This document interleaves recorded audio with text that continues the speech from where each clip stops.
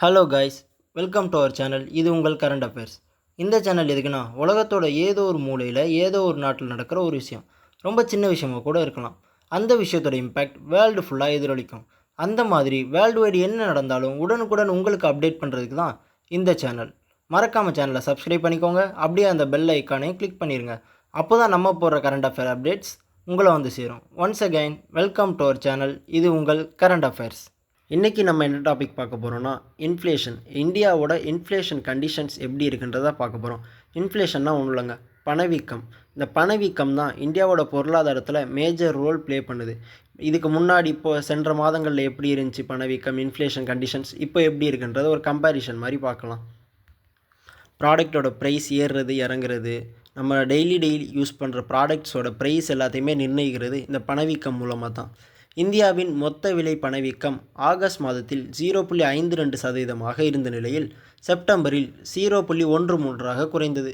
செப்டம்பரில் 2025 மொத்த விலை குறியீட்டு எண்ணை அடிப்படையாக கொண்ட பணவீக்கம் செப்டம்பரில் நேர்மையான பணவீக்க விகிதம் முதன்மையான உணவுப் பொருட்கள் உற்பத்தி விலையில் ஏற்பட்ட அதிகரிப்பால் ஏற்பட்டது. ஹோல்சேல் ப்ரைஸ் இண்டெக்ஸ், அதாவது WPI அப்படின்னு சொல்லுவாங்க, தொடர்பான பணவீக்கம் ஆகஸ்ட் மாதத்தில் 0.52% இருந்து செப்டம்பரில் 0.13% குறைந்துள்ளதாக வர்த்தக மற்றும் தொழில்துறை அமைச்சகம் செவ்வாய்க்கிழமை வெளியிட்ட தரவுகள் தெரிவிக்கின்றன. உணவுப் பொருட்கள் உற்பத்தி, உணவு அல்லாத பொருட்கள், உலோகங்கள், கனிம பொருட்கள், ஜவுளி மற்றும் போக்குவரத்து உபகரணங்களின் விலைகள் அதிகரிக்க செப்டம்பரின் பணவீக்கம் நேர்மையான விகிதத்தில் முக்கிய காரணம் வகிக்கிறது. விபிஐ உணவு குறியீடு பொருட்கள் மற்றும் உணவு அல்லாத பொருட்களின் விலை முறையே 1.38% மற்றும் 1.06% ஆகும். அதே நேரத்தில் கனிமங்கள் மற்றும் கச்சா பெட்ரோலியம் மற்றும் இயற்கை எரிவாயு 1.36% மற்றும் 0.64% அதிகரித்தன. இந்தியாவின் சில்லறை பணவீக்கம் செப்டம்பரில் 99 மாதங்களில் இல்லாத அளவிற்கு 1.54% குறைந்துள்ளது. ஃபியூவல் அண்ட் பவரோட கரண்ட் இன்ஃப்ளேஷன் ஸ்டேட்டஸ் எப்படி இருக்குன்னு பார்க்கலாம். ஃபியூவல் அண்ட் பவர்னா எரிபொருள் மற்றும் மின்சாரம் 13.15% எடையுள்ள எரிபொருள் மற்றும் மின்சாரம் குழு பெரும்பாலும் நிலையானதாக இருந்தது. செப்டம்பரில் 0.14% சற்று சரிந்தது. கொஞ்சம் கம்மியாக இருக்குது. செவரலாக இருந்த பர்சன்டேஜை விட இப்போ கொஞ்சம் கம்மியாக இருக்குது செப்டம்பர் மந்தில் அப்படின்னு சொல்கிறாங்க. கனிம விலை, எண்ணெய்கள் மற்றும் நிலக்கரி விலைகள் 0.54% மற்றும் 0.15% குறைந்தன.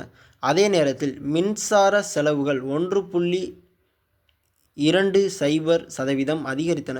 கரண்ட்டோட ப்ரைஸ் அதிகமாக இருக்குது. இபி பில்னால் இந்த மந்த் அதிகமாகிரும்னு சொல்கிறாங்க. இப்போ தேர்டாக நம்ம என்ன டாபிக் பார்க்க போகிறோம்னா, மேனுஃபேக்சரிங் செக்டார் பற்றி பார்க்கலாம். மேனுஃபேக்சரிங் செக்டார், உற்பத்தி துறை. WPI என்ன சொல்கிறாங்கன்னா, உற்பத்தி துறையில் கூட்டணியின் மிகப்பெரிய அங்கமாக உற்பத்தி செய்யப்பட்ட பொருட்கள் செப்டம்பரில் 0.21% மிதமான அதிகரிப்பை சந்தித்தன. உற்பத்தி செய்யப்பட்ட பொருட்களின் உணவுப் பொருட்கள், மின் உபகரணங்கள், ஜவுளி மற்றும் உலோகம் அல்லாத கனிமம் உட்பட 10 குழுக்களின் விலை உயர்வுகள் கண்டன. ப்ரைஸ் அதிகமாகிருக்குன்னு சொல்கிறாங்க. இதற்கிடையில் ரப்பர் மற்றும் பிளாஸ்டிக், மோட்டார் வாகனங்கள், மருந்துகள், தோல் பொருட்கள் மற்றும் பதிவு செய்யப்பட்ட ஊடகங்களின் அச்சிடுதல் மற்றும் இனப்பெருக்கம் போன்ற 6 குழுக்கள் விலை சரிவை பதிவு செய்தன. கொஞ்சம் ப்ரைஸ் கம்மியாக இருக்குது போல். நெக்ஸ்ட்டு என்ன பார்க்க போகிறோன்னா, CPI கன்சியூமர் ப்ரைஸ் இண்டெக்ஸ், நுகர்வோர் விலை குறியீட்டோட பணவீக்கம் எப்படி இருக்குன்னு பார்க்க போகிறோம். நுகர்வோர் விலை குறியீட்டால் CPI அளவிடப்படும் இந்தியாவின் சில்லறை பணவீக்கம் ஆகஸ்ட் மாதத்தில் 2.06% இருந்து செப்டம்பரில் 1.54% குறைந்துள்ளது. இது ஜூன் 2017 பிறகு ஆண்டு மிகப்பெரிய ரொம்ப குறைந்த பணவீக்கமாகும். 10 மாதங்களில் முதல் மாதாந்திர பணவீக்கம் உயர்வை குறிக்கும் ஆகஸ்ட் மாதத்தில் சிறிது அதிகரிப்பிற்கு பிறகு செப்டம்பர் மாதத்தில் முதன்மை பணவீக்கம் குறைந்தது.